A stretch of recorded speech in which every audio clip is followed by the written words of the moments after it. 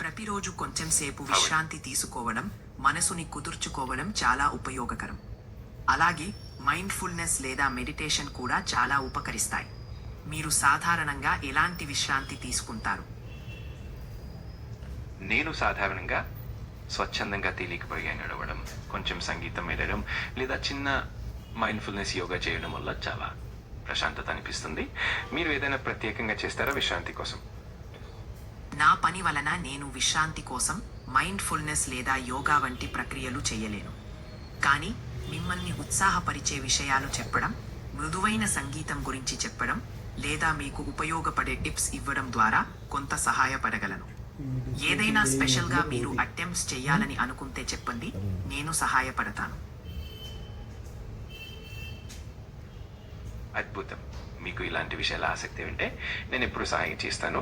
మనసును ప్రశాంతంగా ఉంచుకున్నారు, ఇది మంచి మార్గం. మీరు ఎప్పుడైనా అనుకున్నప్పుడే చెప్పండి.